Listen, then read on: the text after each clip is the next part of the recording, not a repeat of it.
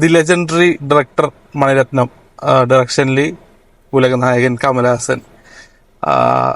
1987 നായകന് ശേഷം രണ്ടുപേരും ഒന്നിക്കുന്ന സിനിമ തഗ് ലൈഫ്. വളരെ പ്രതീക്ഷകളോടെ തിയേറ്ററിൽ പോയി കണ്ടൊരു പടം. പക്ഷെ എൻ്റെ പ്രതീക്ഷകളൊന്നും തന്നെ പടം നിറവേറ്റില്ല. കാരണം നായകന്റെ പ്ലോട്ടില് അതേ ക്യാരക്ടറിന്റെ നെയിമിലൊക്കെ വെച്ചിട്ട് പടം വരുമ്പോ ആ ഒരു ക്ലാസ് ടച്ച്, അല്ലെങ്കിൽ മണിരത്നത്തിന് ആ ഒരു ക്ലാസ് ടച്ച് എക്സ്പെക്ട് ചെയ്താ പോയത്. പക്ഷെ അങ്ങനെയൊന്നും ഉണ്ടായില്ല. വളരെ ബേസിക് ആയിട്ടുള്ളൊരു കഥ,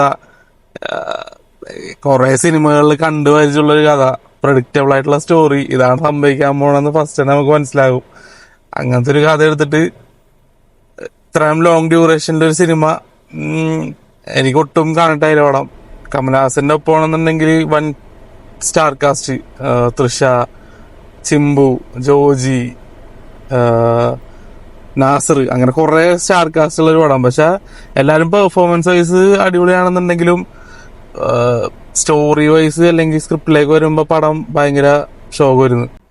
പടത്തിന് വേറൊരു പോസിറ്റീവ് മ്യൂസിക്കും ക്യാമറ വർക്കുമാണ്. മ്യൂസിക് AR റഹ്മാൻ പണിയെടുത്തിട്ടുണ്ടെങ്കിലും, പക്ഷെ ഞാൻ പറഞ്ഞ സ്ക്രിപ്റ്റ് അത്ര വീക്കായ വേണ്ടിട്ട് മ്യൂസിക് വേറെയും പടത്തിന്റെ ബാക്ക്ഗ്രൗണ്ട് വേറെ ആയിട്ടൊക്കെ തോന്നായിരുന്നത്. അപ്പൊ അത് ഭയങ്കര ഷോക്ക് വരുന്നു. സിനിമോട്ടോഗ്രാഫി കിഡ്ലായിട്ട് തന്നെ ചെയ്തിട്ടുണ്ട്.